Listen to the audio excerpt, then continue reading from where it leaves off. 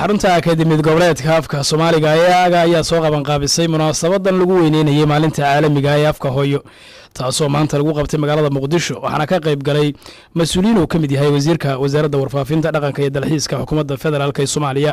Mudane Daahir Maxamuud Geelle dhalinyarada aqoonyaasha ayaa ka dhex muuqday barnaamijkan iyadoo oo kooxda fanka ee Hiddo ay soo bandhigtay heeso ka turjumaya afka iyo muhiimadiisa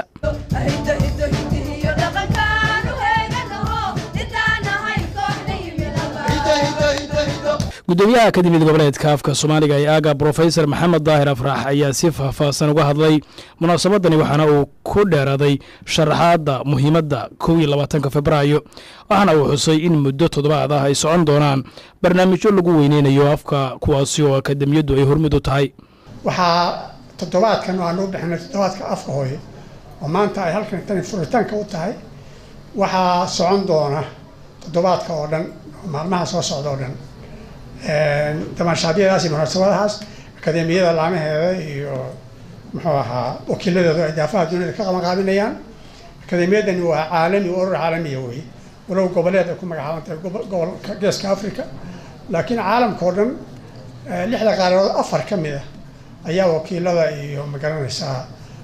laamaha akademiyadu ay isla hal ku dhag ayagoo ku dhawaaqay hal ku dhaga halka ku qoran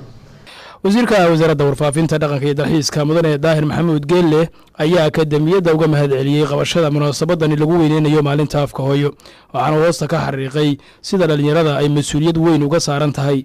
in la ilaaliyo afka waliba kuwa qurbaha ku nool ayuu si gaar ah ula dardaarmay wasiirku bulshada Soomaaliyeed meel kasta joogto waxaan la wadaagaynaa munaasabadan qaaliga ah afka Soomaaliga isku xiraha bulshada Soomaaliya oo muhiimka ah waayo oo maaragtay aan marna la dabcin karin dibadda hadii la tagan waxa la ogaado qofka Soomaaliga ku hadla iyo qofka mabaan ilaahda daayirta Soomaaliga ku hadasho dibadda joogto iyo daayirta aan Soomaaliga ku hadlin dadku waxay aad iyo aad ula safan yihiin daayirta Soomaaliga ku hadasho hooyooyinka oo caruur oo Soomaaliga ku hadlaysa guriga ka soo saarnay iyo dibadda joogan tixgelin gaar ah leeyihiin Soomaaliga markii horena hadda si degdegan waa lagu qoray oo runtii u baahnaa in la daba joogo saasan u maleynaa luqadda hadii la qoro waa la daba joogaa si ay u kobcdo ilaa ay hadda luqadda carabiga oo kuma ka san qoran ayaa la daba joogaa oo wax laga hagaajiyo luqadda hadda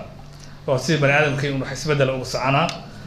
sanad walba 22 Febraayo waxaa loo dabaaldegaa maalinta caalamiga ee afka hooyo iyadoo oo Soomaaliya si weyn looga xuso mar walbana la isku xasuusiyo muhiimadda ay leedahay in la weyneeyo la ilaaliyo laguna faano afka hooyo waxaana uu markaasi hormuud u ah ilaalinta afka iyo xusitaanka maalintan muhiimka ah hay'adaha u xilsaaran ee akademiyada goboleedka afka Soomaaliga ee aaga iyo sidoo kale akademiyada cilmiga fanka iyo suugaanta Soomaaliyeed